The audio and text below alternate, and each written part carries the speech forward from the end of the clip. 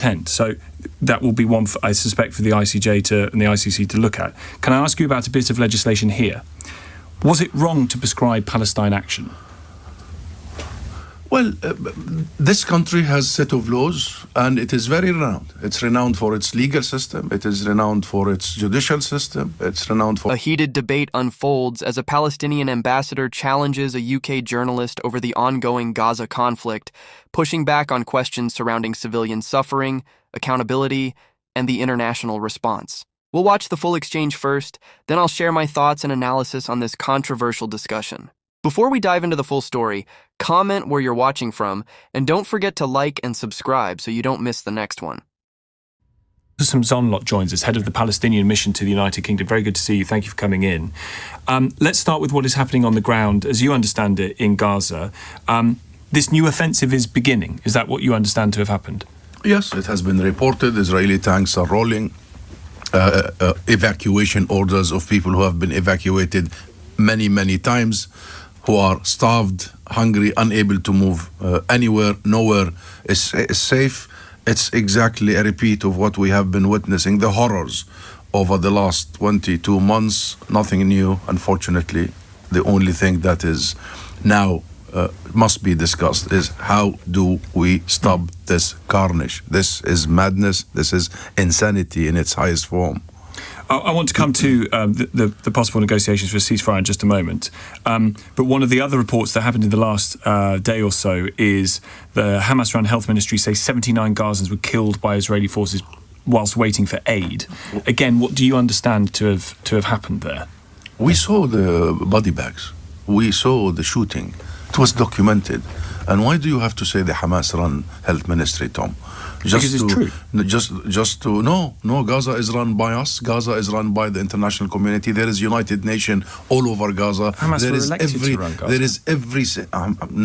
There is every single institution you can imagine legitimate that are counting. We don't want to shed or to doubt the numbers in this conversation. Numbers are horrific. And by the way, the numbers that come officially is at 58,000 innocent people who have been killed. And just to confirm for you, I am the Palestinian ambassador, so this is not the Hamas ministry. No, this is 16,500 children have been slain, 10,000 women have been killed. The numbers are there. And guess what? These numbers are so underestimated because we still don't know how many people have been killed and still under the rubble for 22 months. The biggest issue for the innocent people in Gaza now is their inability to bury their own children and the dead ones. And by the way, we also don't know how many people who have died because of other causes, i.e. they couldn't have their kidney dialysis. Absolutely. All that. Diseases. Yep. You're talking about tens of thousands. So let's not say about Hamas-run health ministry. There is mass murder, mass destruction, mass starvation happening in Gaza, very well documented. Israel has said since the start of this that it wants the hostages back, and it believes that 20 of the remaining 50 hostages are in this area that they are now rolling the tanks into. Those hostages need to be returned, don't they, as part of a ceasefire agreement, as part of a way of getting this stopped? Yes, and hostages were being exchanged. Yes. They returned, most of them, by the way. Most of the hostages have been... that has been the most successful way that Israel has had those hostages returned, is through that ceasefire. But Israel is not interested in that. And the formula has been offered by the mediators all along, and Israel breached already 3 previous ceasefire agreements. So the question is, how do you enforce a ceasefire, rather than how do you call for a ceasefire or present another formula for a ceasefire?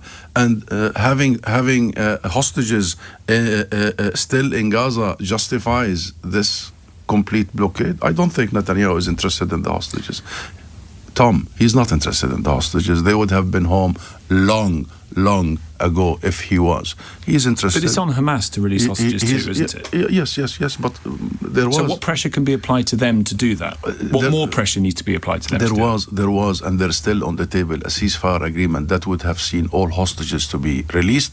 But guess what, Tom? Including our hostages. Israel hold more than 11,000 Palestinians, many of them thousands, 3,600 of those held in Israeli prisons are held without charge, without trial, Israel, 360 of them are children. So, of course, there has to be exchange of hostages.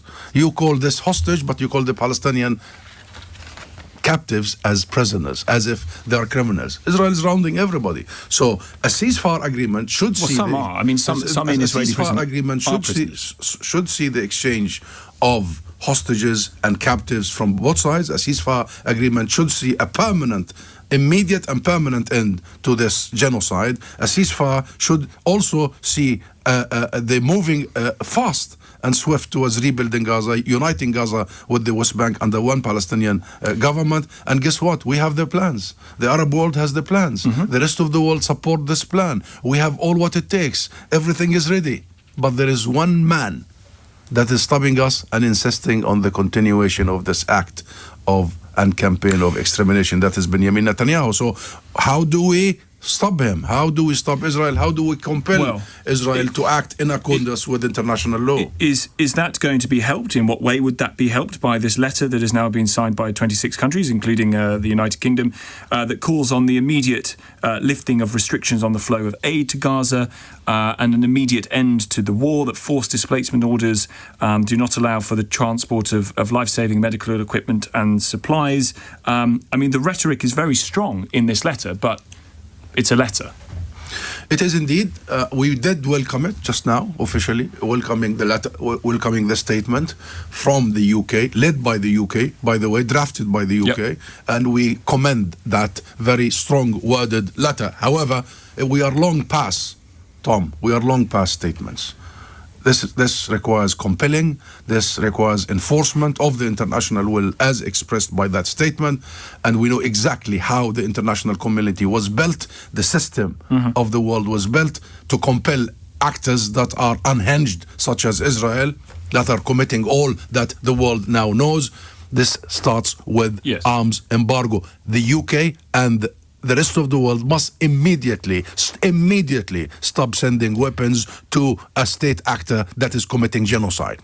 There is no discussion about that. And there are some countries that are still sending weapons to Israel as we speak. The US, Germany, and still the UK sends weapons. It did stop some partial... They would say that those weapons are defensive. Partial arms. There is no legal conversation here. Once a country is in the International Court of Justice now, officially on trial for the plausible crime of genocide, you stop sending them weapon. This is a legal obligation. You cannot be half committed to law. You cannot be selective when it comes to what do you send and what you don't. You simply have a full ban on the exportation of weapons that are being used, including the F-35s. Number two, you impose sanctions on the entire government that is committing the genocide.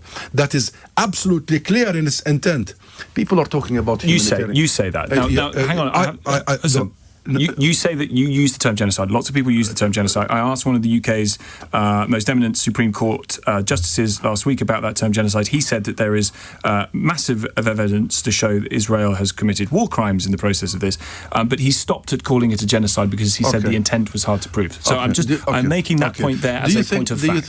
Do you think our people from Gaza, the Palestinians from Gaza, including myself, I was born in Gaza, do you think they lack money? They have money, by the way.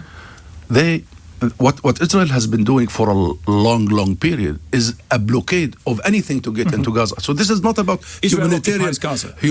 Israel occupies Gaza. So you impose a full blockade on baby's milk formula, on food, on water, on what exactly you know.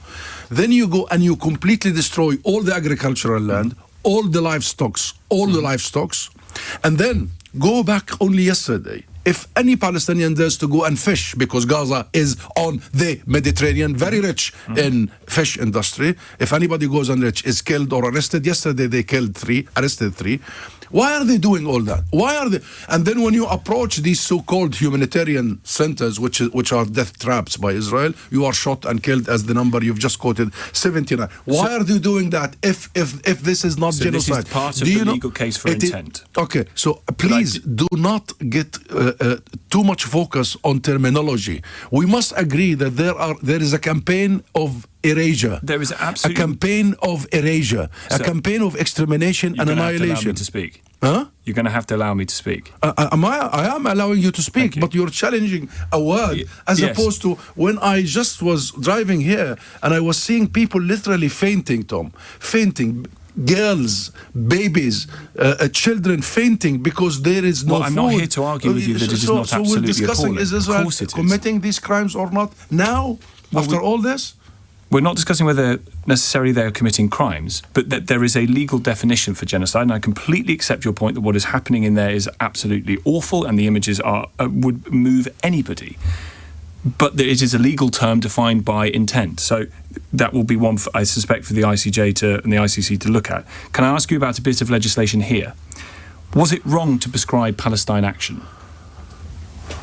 Well, this country has a set of laws, and it is very renowned. It's renowned for its legal system. It is renowned for its judicial system. It's renowned for... Looking back at this interview, what stood out to me was just how emotional and controversial the discussion became.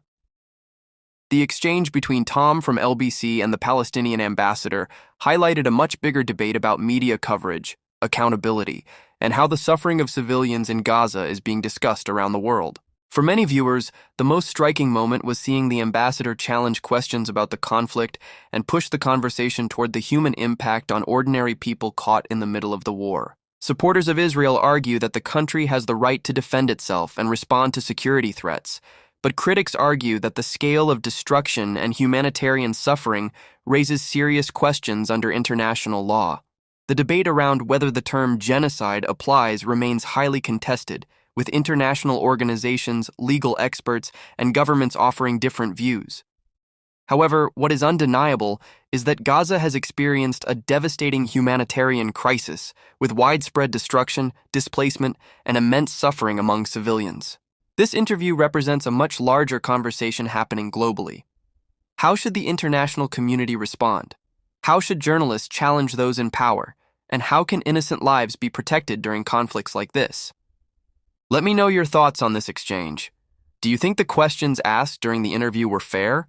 Or do you believe the focus should have been placed more on the humanitarian crisis unfolding in Gaza? Don't forget to like the video and subscribe for more political analysis and debates.